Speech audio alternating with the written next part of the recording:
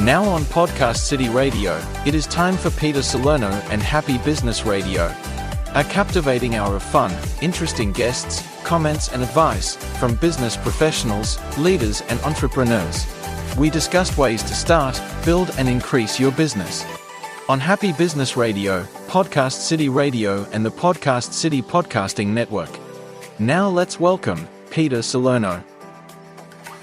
Yes, thank you. Thank you very much and good afternoon to everybody. And like I say, all our regular listeners know, I say good morning, good afternoon and good night. And the reason is because we are now so lucky to have Podcast City helping us to promote this podcast of Happy Business Radio, and it's going out regularly to over 50 countries. And the beauty of that is that they can all hear it in their own time zone. They don't have to wake up right now to hear it. Wherever they are, they can go back and listen to it again. So thanks to Ron, Karen, and all the people, staff here from Podcast City who help us to do that.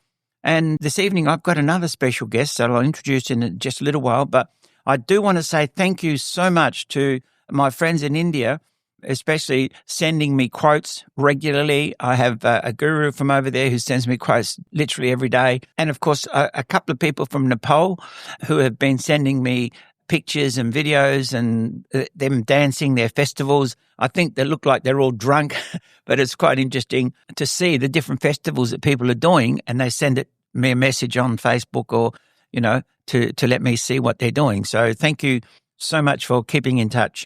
Now, my special guest tonight, we met quite a few years back on a film set, because he also is an actor and is a very talented singer as well.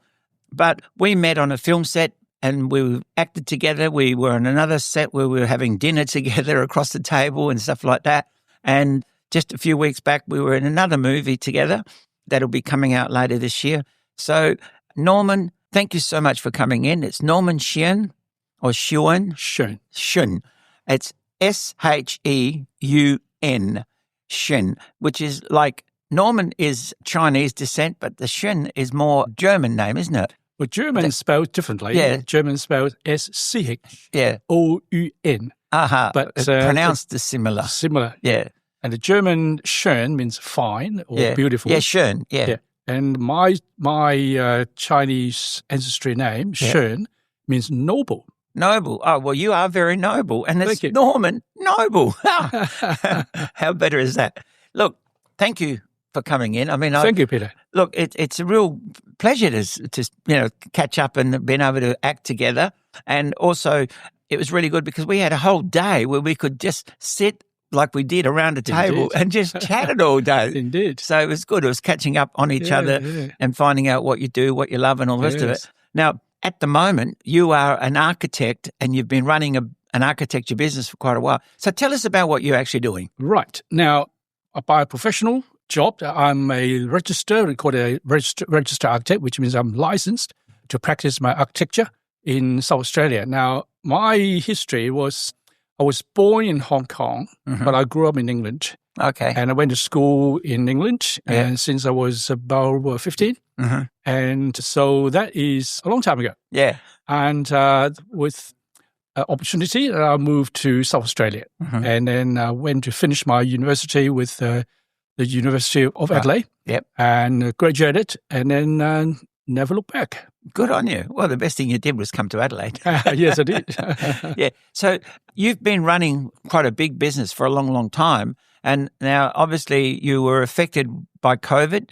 And I think you said you changed the structure of your business. Changed tack. So tell us a little bit about that. Right. Now, when I started my own business, I have about 5 staff working in office. And then when COVID arrived, and we have to change tech in order to survive. Yep. So we relinquished the office and everybody worked from home, which is mandatory. You can't work together breathing bad air against each other. So everybody worked from home. So we relinquished the office. And then we use Zoom, phone, cafe, whatever it means. It's possible to meet to discuss projects. So that makes life very easy because I can get up in the morning. I can still wear my pajamas and then go to work. Opposed to when I have my office, I got to wear something decent. Look, it's really interesting because I often mention the fact that how COVID leveled the world.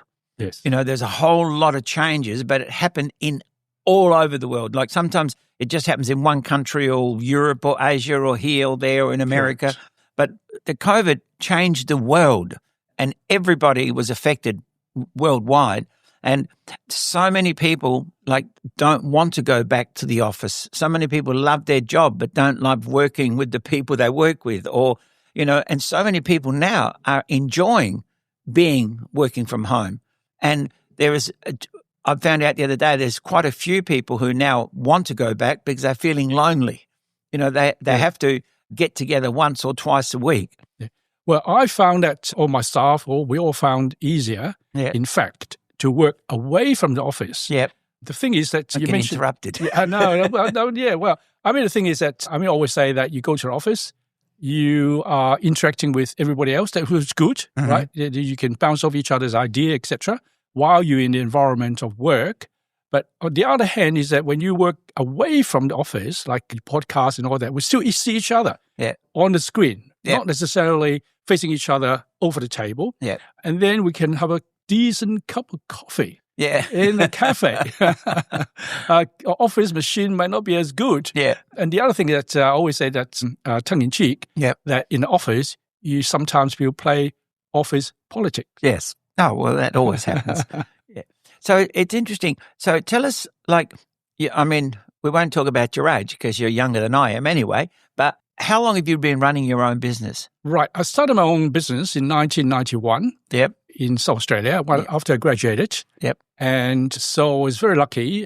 After graduation, I got a job with the firm called Tetley Hardy in Adelaide. Right. And then within 3 months into my job, the boss, George Tetley, said, "This is the project. Run with it." I look at the project and I say, "Holy something." Macro. I said, "George, I just graduated 3 months ago. Do you think I can handle this?" And George said, "Yeah, you can handle it." Now, the boss said, "You can handle it." If I say I can't handle it, the door is on my right. Yeah. You say, "Yes, sir." Yeah, absolutely. So I diligently did a job, right, from design to what we call contract administration, which means I got to go on site and then administer the builder to build the thing, and I'll sign off, the builder get paid, et cetera, et cetera. Because of that job, I was able to learn the rope, so to speak. And I know everything about the contract because that's what you're tested on when you go through your 2 years minimum university. No, after university. Oh, yes. You got to graduate, you got a degree, but you're not an architect yet. So you have to go through exam of a government examination to sit for the exam before the government say you can call yourself an architect. It's a gruesome examination. Yeah. Right. So what I did was because of my experience of that job, I know everything about the contract. I'll tell you some story about that. Excellent. So went to the interview of the 3 parts. 2 parts written exam, and the last part is oral exam. Yep. So in the oral exam, the middle examiner said, under the contract, such a clause, if it goes bellies up, what are you going to do? So I said, that's what I'm going to do. And she said, no. She said, this is how you should do. I said, sorry. I said, I think I'm right. I didn't say she's wrong. I said, I'm right. And the examiner right next to her said, Norman, you're right. Yep. There was a trick question. Oh, it was a trick question. Because if I say, yeah, you're right, I'm a goner. Yes. Which means I don't know my stuff. They don't want you to agree with them. They want you to put up some sort of objection. So I know my stuff. So I said, sorry, I think I'm right. I passed. Good so within 2 years, I got my registration. Now, then I start the state went almost bankrupt in 1991. That's right. So everybody kicks everybody out. Yep. So I was retrenched. The company went to the wall, so to speak. Yep. And then I got my registration, which means I can put up a plaque, say I'm an architect. Yep. And I started from there, 1991. Good on you. Actually, that was a very good point you brought up before, or a couple of very good points, which I think is worthwhile repeating. One is the owner of the business came up to you and said, "Hey, Norman, I'd like you to take care of this project." And because you'd only just graduated 3 months earlier, you may not have thought you were good enough, but for him to give you the job, he must have appreciated something about you. You see, so don't knock yourself. That's a really important thing in any business. Salespeople don't think they're good enough, or the contractors, it scares the heck out of them, or real estate agents or insurance, car salesmen, whoever is in sales business, have that hesitation, to go forward. But also you took that, you ran with it, and you grew fast. You grew fast. I had to. Yeah, but the fact that you grew fast also helped you to go into the next stage of learning contracts, learning how to be on site, learning all those things. Yes. And that's what we talk about with business, you see. Absolutely. I mean, Ron and I often talk about the best way to do something is to just put your hands in and dive in and go, or have a coach or somebody alongside you that can help you, a mentor or something like this. And I'm sure your boss was your mentor. If you needed help, absolutely, you went and asked him, right? Yes, or indeed. Somebody else you asked. Yeah. And that's what we talk about all the time, about getting a mentor, getting a coach, so that you can leapfrog. Literally, you can go boing, boing, boing, way out in front, rather than try and struggle doing it all by yourself. Yeah. That's so true. And also that through the process, I always say that you learn from a mistake. Yes. Well, if you don't learn from a mistake, you never grow. Well, one of my tips that I'll bring up shortly is about that very thing.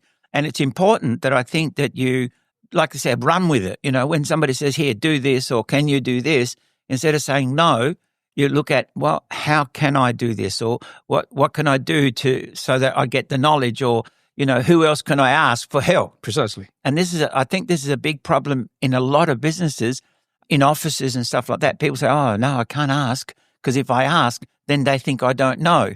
And it's funny because I was called into an office not that long ago, and this person was the sort of person, when I met them straight away, I could tell he's a nice, keen young man, going to go places, But what happened was he would ask everybody everything, He'd say, oh, I'm doing this. What do you think? What do you think? And he'd come up with some really good work, right?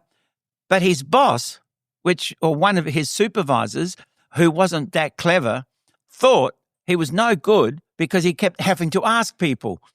You see, where the other guy who would just sit down and do things and then make a mistake or go and get somebody else to help him, right, without telling anybody, he's like, can you help me with this because I don't know what's happening. He actually was standing up for promotion, and they were saying, oh, we're going to promote this guy, whatever. Everybody else in the office said to the supervisor, are you crazy?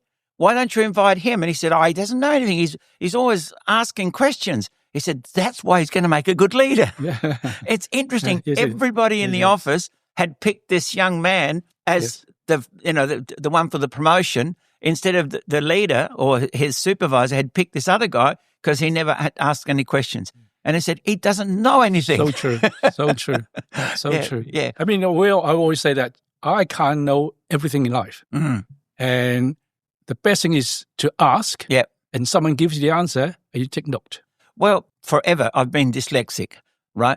So it was finding hard to read and write and stuff like that. And I'd never spoke English. So the only way I could learn was by asking questions of people. And by asking the question, they gave me the answer. So I learned very fast.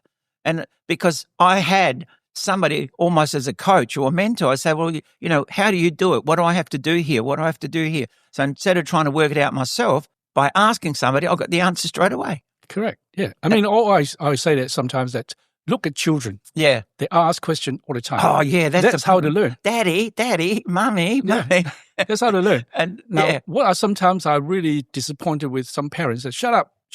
Stop asking so many questions. So that is stifling to the child. Yeah.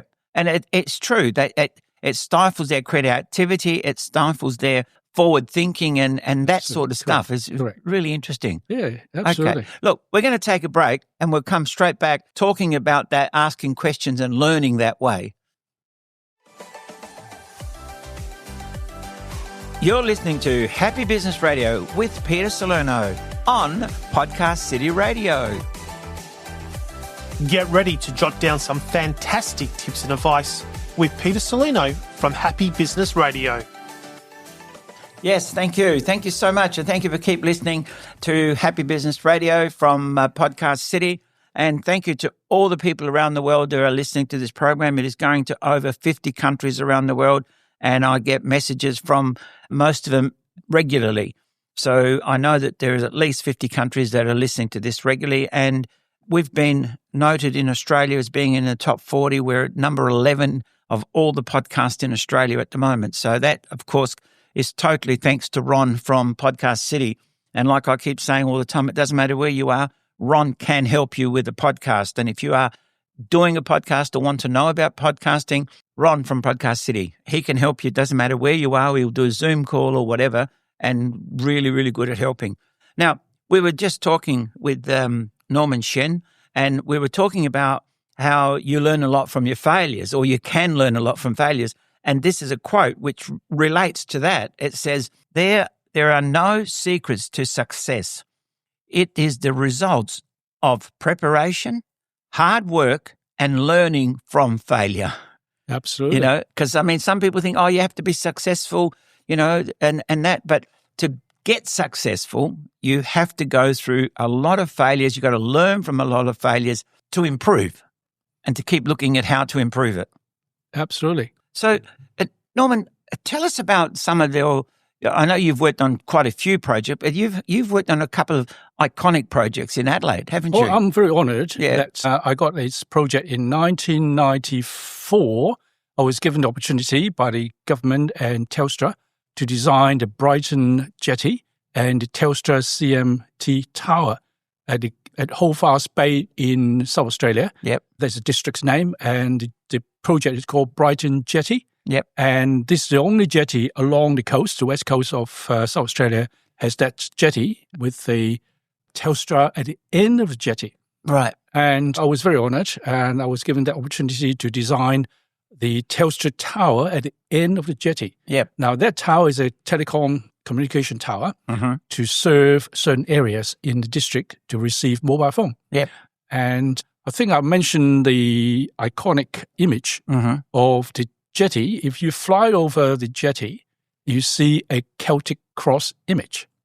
Ah. And the jetty, there's a Celtic cross image of the jetty, but then the tower is designed as a nautical theme, which has got a mast and a crow's nest. Yep. And I identified because that crow's nest hides all the technology equipment. So you can't see what it is in there, but you can see it is a crow's nest and a ship mast. And so the other thing I like about it, it's the bottom of it has got a dome, which acts like a veranda. Yes. Now that dome, funny that you mentioned that, because if you stand under that dome and you shout, you got echoes. Yes. And then if you look at the dome carefully, the edge is smooth. Right. The reason I do that, you cannot hang on to it. Yes. You can climb up there.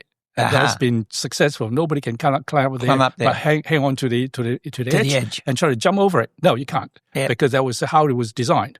And to avoid silly people and try to jump off from that onto the canopy into the water or whatever. Into the water. No, it's very interesting. Like I say, it looks like from above, it looks like a Celtic cross. So you've got this a cross, and then you've got a circle in the center.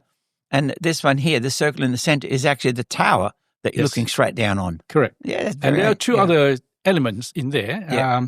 Let me just give you a hint of the jetty history. The original jetty was a timber jetty. Yes. It was destroyed by a storm in 1952. And another storm in 1992 destroyed a whole lot. And then the government stepped in to look, let's build a jetty, put a tower at the end, a telecommunication tower, so that certain area can receive signals. Yep. And then I thought about, well, why not put a Celtic cross there? Right? And then image of a Celtic cross, and then put two other elements, which it's called an octagon, which is 8 sides. Now, the octagon is a Chinese protection image symbol to protect a property. Yeah. So you got 2 octagon on the jetty, and there's a yin and yang on the crow's nest. But you can't see it. You have to go up there and look at it. But you can't see it. But there are 2 Chinese elements to protect the jetty, and then 1 Celtic cross to protect the jetty. Yeah. So there you go. So that's interesting. So you've got a whole lot of different cultures coming together. It's interesting. So how did you come up with the idea of the Celtic cross? Well, it's just an image that, because I grew up in England, and I come across a Celtic image, and a cross especially. And my late ex-wife, my late wife, she was half Welsh and half English. Oh, okay. And then the Celtic image. Symbols were symbols there. And came into being. Yeah. So that's what a Celtic cross image was. Fantastic. Now, you said something about the other day while we were on set. You talked about the fault line that runs through that part of South Australia, and that's sort of the barrier that you had to put up for the government engineers didn't want to do. No. Tell us about that. Let me correct that. There are two engineers in the job. I was talking to the engineer. I was the chief architect for the whole job. Yep. And then the government engineer said, I said to them, do you apply earthquake code to design a jetty as a structure? And they said, we're government, we don't have to. I'm sure they did. Yeah. So they said, I'm sure they did. And they said, we don't have to. But I said, well, that's fine. If you don't have to, you don't have to. But make sure the head of that jetty, which is housing the crow's nest and the tower, and you put earthquake code there. So I'm just being precautious. I said, you put a control joint between the head and the body. And just in case, you haven't put the earthquake code on the jetty. So if there's an earthquake, that the tower still stands because the brief was that tower has to stand there for 100 years. Wow. I'll be gone by then. Yeah. But they'll come and get you. They'll come and get me. Yeah, it's interesting. So tell us, because you did that gave you like pretty well recognition. Well, right? I'm thankful for that. Yeah. So what other government projects have you been working on? Or what's another major project that you worked on? Well, I did another project on Northfield, which is on Bridge Road. Yep. It's a Department of Transport building, technical training centre, greenish, bluish building. Yep. I drove past it the other day. Yeah. And now that particular project was quite interesting for me to do because being a government project, I was able to use materials that is unusual. Now, that material is actually ceramic baked onto a steel plate. Oh, wow. Now, what happened was that when it was built, and then a graffiti guy comes in and sprayed the whole building, including the site equipment, etc. Yeah. So what they did, came out and used water and used a cloth and just wipe it off. They were so thankful that I designed that way. They used that material. Yeah. So they don't have to clean it, spend a lot of money to clean the building. Just wipe the water and that's it. Wow. So they were very, very thankful. The government was very thankful. Yeah. And the another project I did was Angle Park. That was ETSA building in the past. Yeah. And that was, again, a very big complex. And I was given a brief for that, same firm I was working in. And then they said the budget is $4 million. And when they finished, it came under budget. They were very happy. Well, the thing is with a lot of government things, we've got to mention the fact that if you come under budget, they're not happy because they want to have more money next year, whatever. But I'll say no more. Yeah, that's it. You can't say too much. You know, what is it? Don't want to intimidate or, but never mind. So what are some of the advice you can give any young entrepreneur or businessman, you know, looking at starting their own business like you did, or, you know, going for major contracts? What's the fear in that, you know? Well, to start off my own business, I firstly looking for clients, and then to see where do I get my clients. I won't bore you with the story how I get clients. I come up with an idea to attract clientele. But the most important part of getting client is that do not afraid that people give you a fee, or you give a fee what you think you're worth. Because at the end of the day, you might say, don't undercut yourself. Yeah. Because you undercut yourself, people can see through it. Because you undercut yourself, you're not as good. Yeah. Well, it's funny because you say that, because a lot of my fellow coaches and you know, and I'm not knocking them, but they say, oh, no, I can't charge that much. I can't charge that much.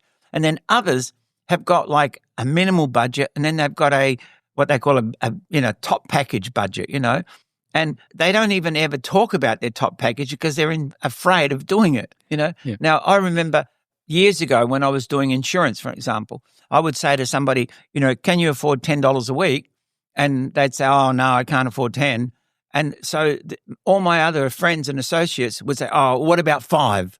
You know, they drop it from 10 to 5, you know, and then people say, oh, yeah, $5 a week's not a problem. Let's do a policy for $5 a week. But I learned from other top producers, and I said, oh, can you do $15 a week? And, oh, no, it's silly. I said, well, let's do it 10. And because I aimed high to start with, most of them would agree to 10. But even if I'd started at 10, I tell it myself never to drop it back to 5. I'd say, what about 8? You know what I mean? Yeah. I drop it from 10 to 8. Oh, yeah, that's not a problem. So my philosophy is that I do not undervalue myself. Yep. That's the most important thing. That's a philosophy that a lot of business people should look at. You know, place a value on yourself, place a value on your hourly rate and stick to that. If not, up it rather than down it. I'll talk about adding a zero. One of my mentors were teaching me. We'll take another break now and we'll come straight back after this. You're listening to Happy Business Radio with Peter Salerno on Podcast City Radio. Let's turn to Happy Business Radio's very own Peter Salerno for an inspiring business quote. Yes, thank you. Thank you so much, and thank you to all our followers, and please keep following and keep sharing. The only reason why this message and this podcast has been growing, Happy Business Radio, around the world is because people who hear it think, aha, there was a good story there, or my guests have said something special, and they've promoted it to their friends, to their relatives, and overseas people pick it up on it. So thank you to everybody listening to this. Now, we've been talking with Norman Sheun, and he's an architect. He's been running his own business, but where some of the things you mentioned relate to the quote that I gave earlier. And this is a similar sort of quote. It's about, it doesn't matter what's been written in your story so far. It's how you fill up the rest of the pages that count. So in other words, it doesn't matter what's happening in your business right now or what's happened in the past. It's how you write the next chapters of your story. Absolutely. And that's why I admire what you said earlier, because you said how you were working for a big firm, they gave you a contract to do, you grabbed it with both hands, you ran with it and you did well with it. But then because of economic changes in the state or in Australia, the company actually closed up. Now, the fact is when one big company closes up and you're smart enough to start your own company, that took a lot of guts. Well, yes, it took a bit of guts, but I ran with it. Yeah, and this is another bit. It relates to business as well as everything else in your life. It says, don't trust everything you see. Even salt looks like sugar. That's an old Very quote. true. But it's true because sometimes you were in a big business, right?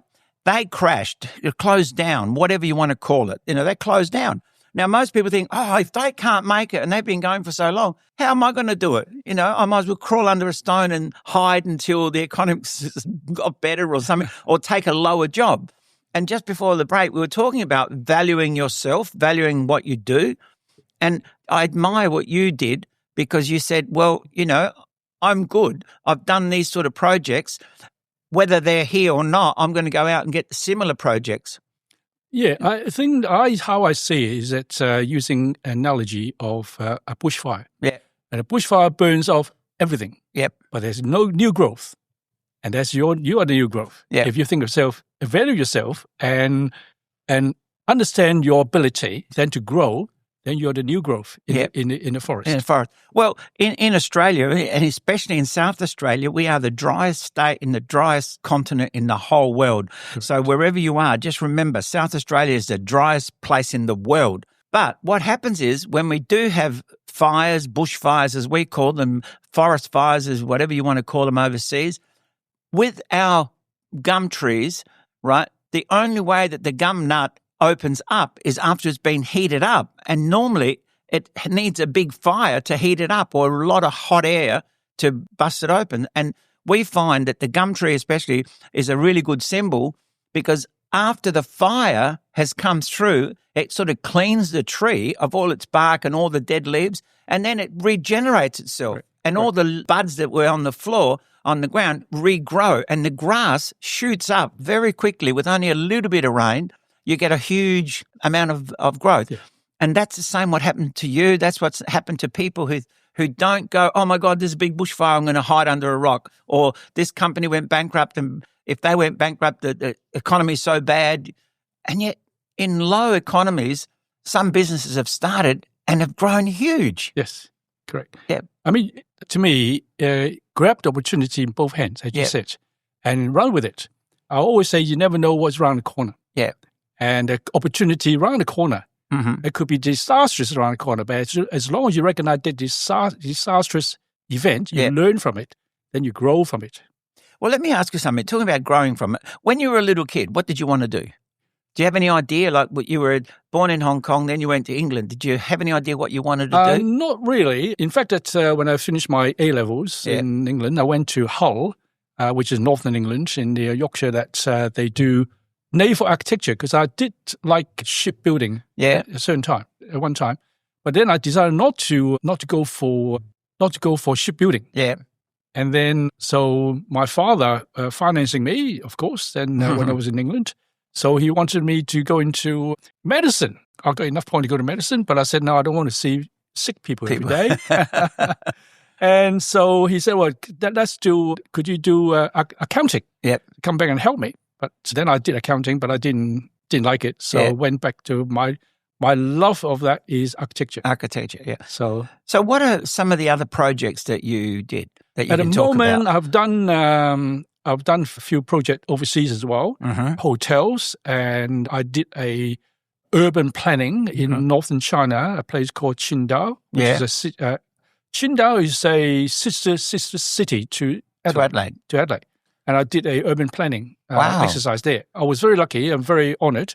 There were 3 architectural firms were invited. One is Jinan University, one university from Shanghai, and I was the other one invited to contribute to the urban planning, which is already done and built and etc. Well, see, there's a lesson to people listening, because the fact is, with all due respects, here you are, a smaller firm from Adelaide in South Australia, and all of a sudden you're going up against a couple of universities and setting up something way up in China. Yeah. Now, if that's not a story worth telling, what is, Oh, very honoured. Very honoured. I mean, in life, I count myself very lucky. Yeah, but see, the fact is, you say lucky, but I say smart. Like you must have had the right mentors around you. You must have had people who encouraged you, or you must have given yourself praise, Well, I always say that you always make friends, not enemies. Yep. And so you networking keep working on friends, and then if you show yourself enough integrity and honesty, then people will engage you. Yep. Yeah. That's my lesson in life. Yeah. If you try to be too clever, and people can see through you. Yeah. But if you are down to earth, and then very honest about how you approach things, then people will see this is a guy that I might be able to work with. Yeah.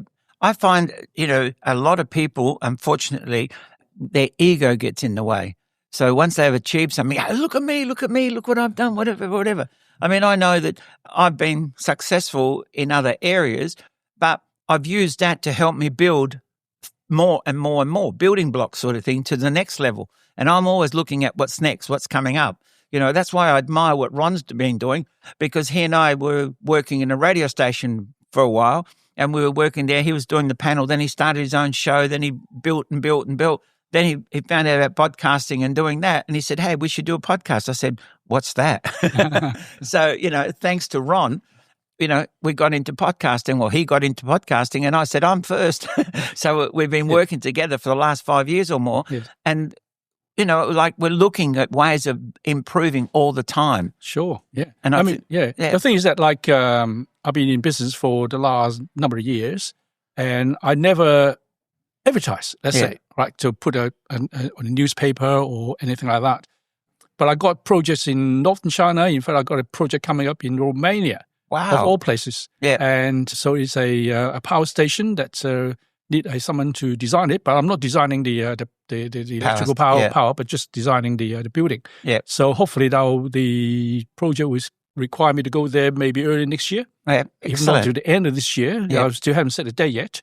So there's another opportunity that presented to me, put it this way. And someone just approached me. It's like the Telstra Tower and Brighton Jetty. Yeah. Someone just rang me up. So we've got a Telstra Tower and we've got a Brighton Jetty. Would you be interested? So I said, of course I do. Yeah. Yes, please. Thank you. But I'll come back to this point that we made earlier about adding a zero. One of my coaches and my mentors was saying how, a lot of people are doing what they call public speaking. right? They're public speakers. They'll go to a venue and they'll do a speech for somebody. They'll go to a conference, seminar, or a club or an organisation. They do a speech and they think, oh, look, I'm a speaker. I'm a speaker. I learned a long time ago to go what they call from free to fee. So in other words, instead of doing a free speech, you do a fee speech where you're getting paid a fee. And like, I was getting $50 and I thought, wow, that's pretty good. And then when I saw other professional speakers, they were getting 500 or 1,000 or 5,000. And I thought, oh my God, how do I do that?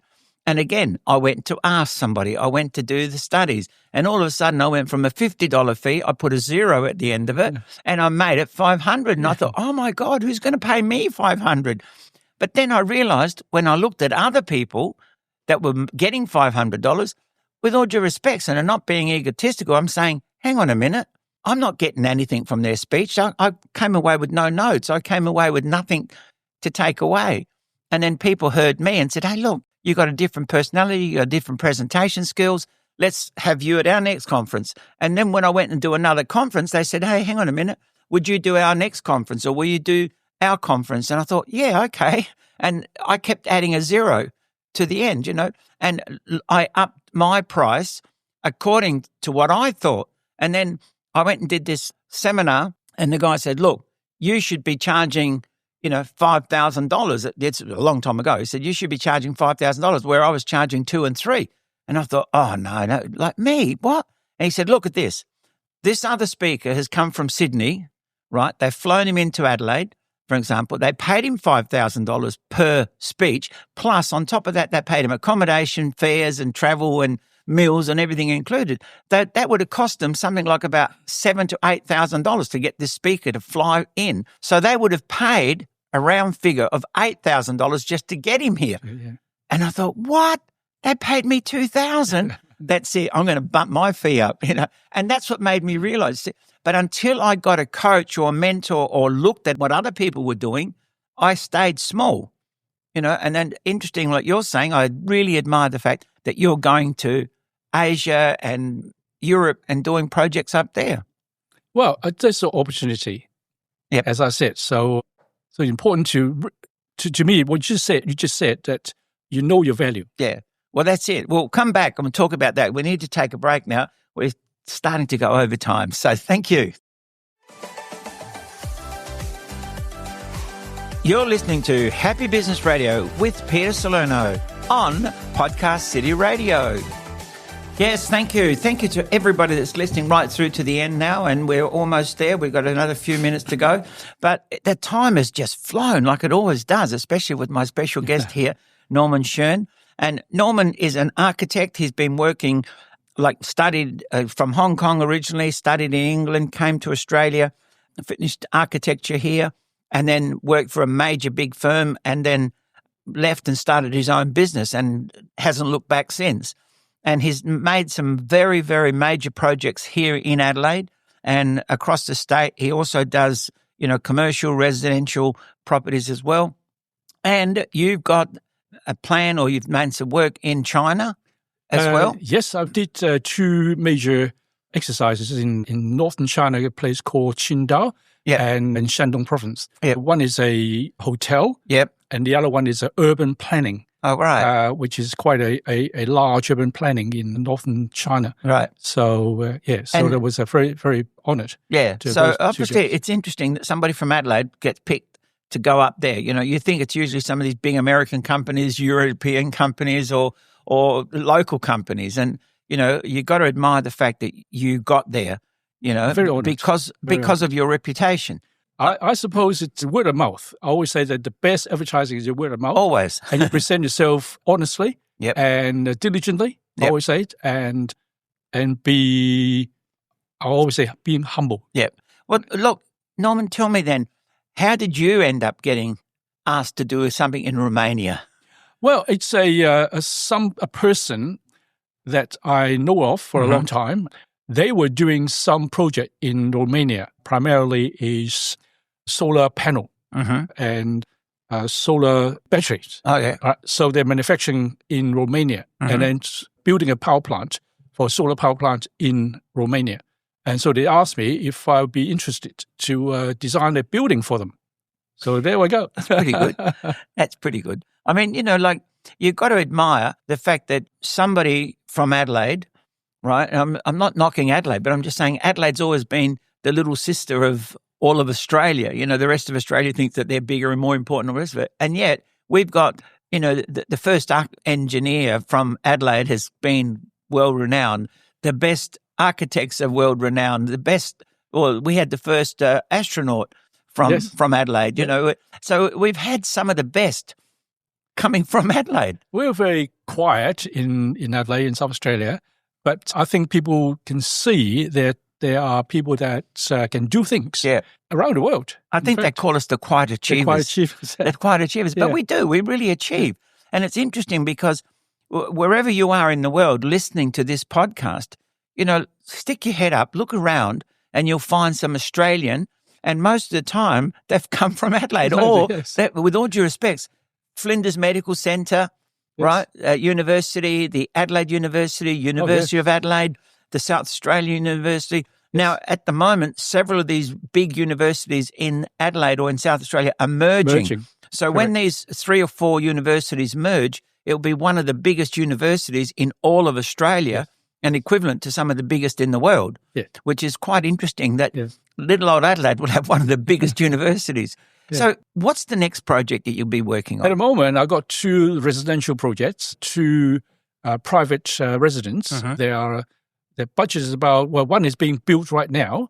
It's 2-story, budget around about $2 million in near Prospect in North Adelaide. Yep. And then another one in South Australia at about $1.2 to $1.5 million. And we just got the word today with the planning department that we got approval for planning. So now we're working on the working drawings. So the next stage to working drawing to build.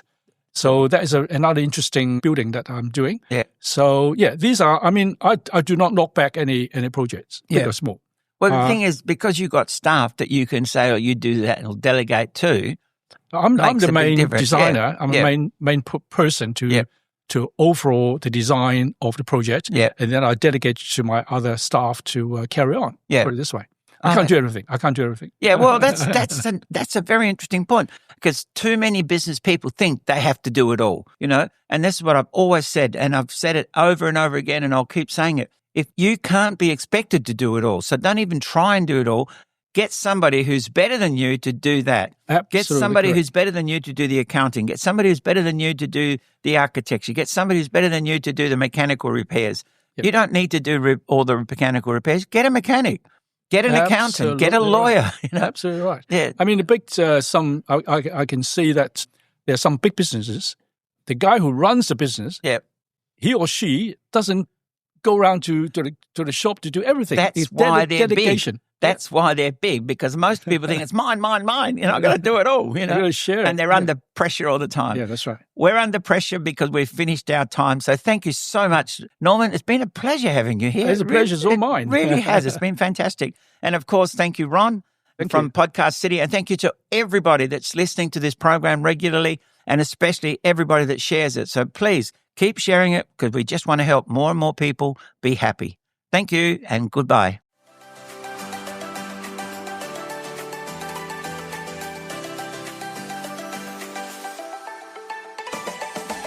You've been listening to Happy Business Radio with Peter Salerno. Make sure you tune in every Monday at 2 p.m. on Podcast City Radio. Don't forget to download our podcasts from wherever you get your podcast from.